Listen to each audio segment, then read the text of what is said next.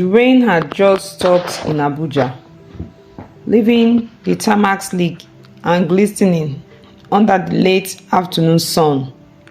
Passengers shuffled toward EdoSky Air sleek, white aircraft, each person lost in their own world. Among them was Amara, dressed in a simple black dress, her eyes swollen from too many nights without sleep. She had buried her mother only 2 days earlier. Her voice was hoarse from grief. Her heart felt like it was carrying stones. Today, she was supposed to fly to Lagos to handle her late mother's affairs, but as she stepped into the narrow aisle of the plane, clutching her worn leather handbag, she already felt a rising unease. The crew greeted her with polite smiles. She barely noticed. She found her seat near the middle of the cabin, slid her phone out of her purse, and began scrolling through messages. The plane's engines hummed softly in the background as Tolu, a tall, slim flight attendant with a precise, almost military bearing, began walking the aisle. Her tone was firm. Her posture was perfect. "Ma'am, please switch off your phone or put it on flight mode," she said without looking down. Amara barely glanced at her. "I will. Just give me a minute." Tolu stopped, turned, and looked directly at her. "We need it off now for safety."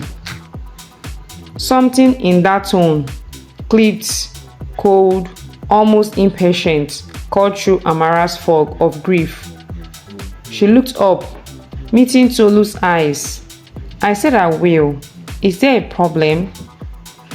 Passengers nearby began to notice the tension.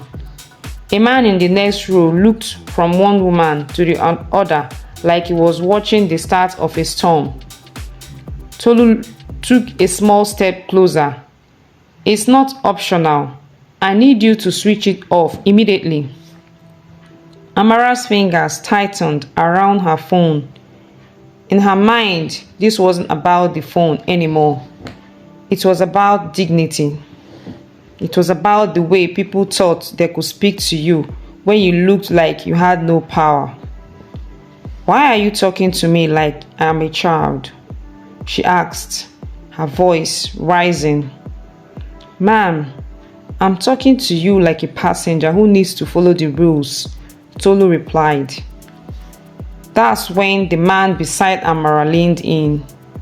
"Sister, just do what she says.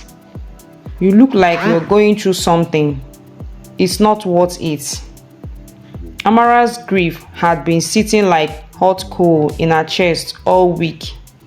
Now, with strangers watching, the coal burst into flames. "I said I will. Why are you embarrassing me in front of everyone?" she snapped, standing up in her seat. The cabin fell into an uncomfortable silence. Tolu's expression hardened. She spoke into her radio mic. "Cabin supervisor, I have a non-compliant passenger." Minutes later, 2 male crew members and the supervisor arrived. The captain had been informed, and his decision was swift. The passenger must disembark. The aisle felt like a courtroom as Amara was told to gather her things. "I haven't done anything," she protested. "You're treating me like a criminal." Phones were already out, recording. Some passengers avoided her eyes. Others shook their heads. When she refused to walk, one of the crew took her arm. She pulled back instinctively. "Don't touch me." The pull became a tug. The tug became a shove. And suddenly, she was half walking, half dragged down the aisle, while dozens of eyes and camera lenses followed. By the time she stepped onto the wet tarmac, her black dress clung to her knees from the damp air, and her humiliation felt heavier than her grief. That night, the first video appeared online. Within hours, it was everywhere. Some captions read, "Disgraceful passenger delays flight." Others said, "Heartless airline bullies mourning woman." The nation split into two camps. Radio stations replayed the clip on loop. Commentators called in, shouting over each other about passenger rights, crew authority, and the dangers of ignoring safety rules. By the next morning, EdoSky Air released a statement. Amara was banned for life. The accuser of gross misconduct, refusal to comply with safety regulations, and disruption of operations. Supporters of the ban argued that rules were rules. Safety came first. Critics called it a brutal overreaction, a case of selective punishment. Influential voices began to weigh in.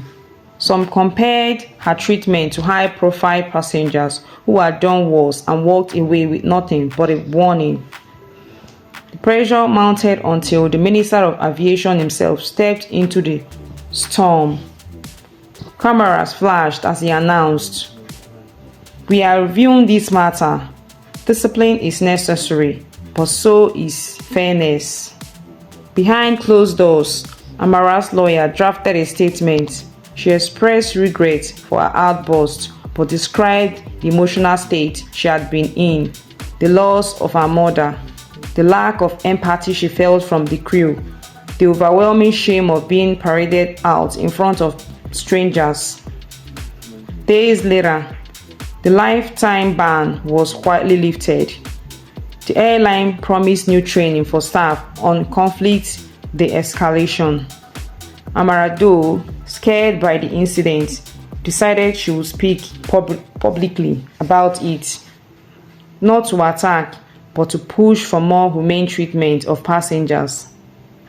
In the end, the story wasn't just about a phone or a flight.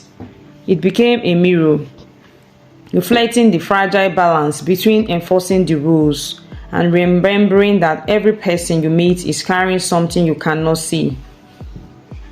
In the skies above, rules keep us safe, but compassion keeps us humane.